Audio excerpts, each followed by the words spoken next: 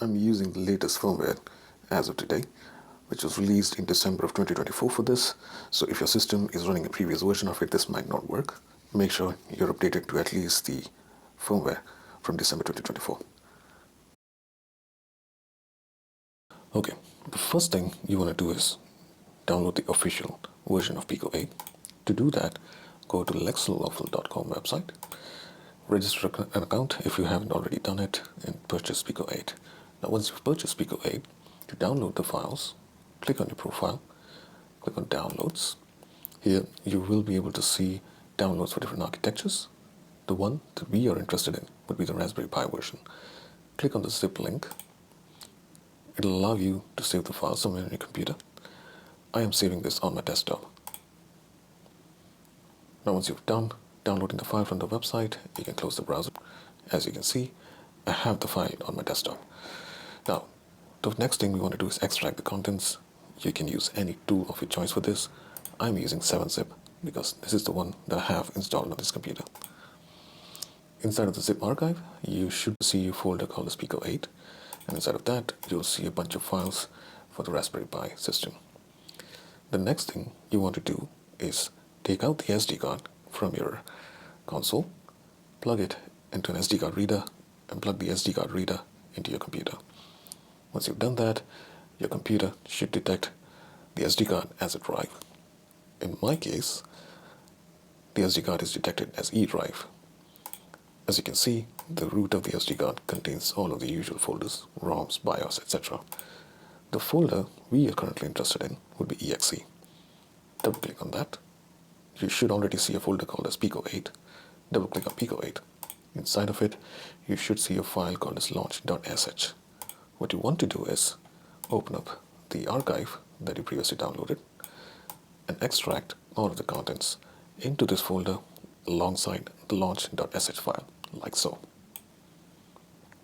Once you've done that, the next thing to do is go back to the root of the drive. What you want to do is go into the ROMs folder, go inside of Pico-8 or Pico, and here you should see either you already have some cards, Pico-8 game cards saved here. I have one, Breakout Hero, or if you have nothing, it's fine. The next thing we want to do is open up Notepad.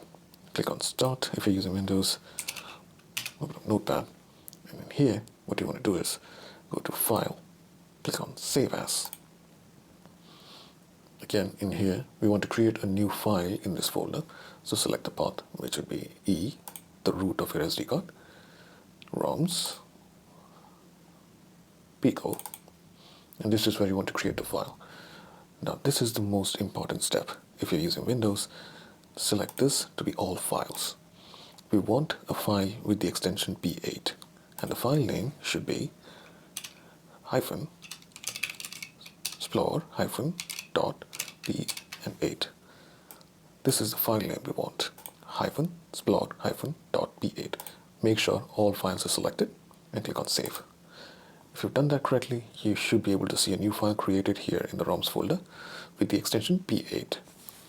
The reason why I chose to use Notepad is because on most Windows systems, by default, the extension is hidden. This helps ensure that you're creating the file with the right extension. Now, once this step is done, you are done setting up the SD card to play Pico-8.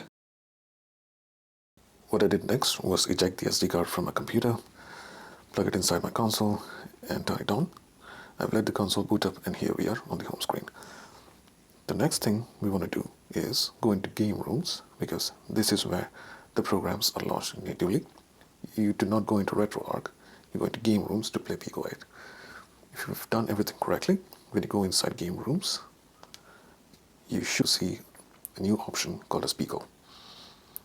Click on that, and as you can see, you have the other game, Breakout Hero in my case, which is already there in the ROMs folder, alongside the Splore file or the Splore option.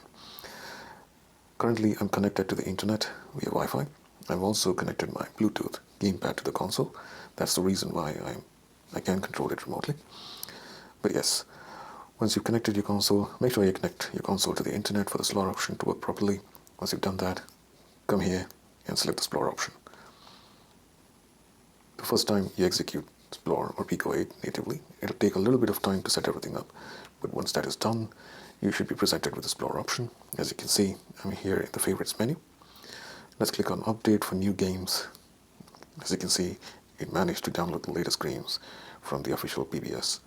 And you have all of these options. You can also click on featured. Basically, all of the Splore functions work. Let's try out a game. I'm using a Bluetooth controller for this, and as you can see, pretty much everything works fine. Now, once you've played a game, the way to exit out of this would be to click on Start. Click on, if you want to go back to Splore, you would click on Exit to Splore, which will take you back straight to Splore. If you want to exit out of Splore, what you would do is again click on Start, go to Options, go to Shut Down Pico-8, and if you click this, Pico-8 will be shut down, and you'll go back to your console. That's it. Enjoy Pico-8 gaming natively using Splore on your Anbernic console.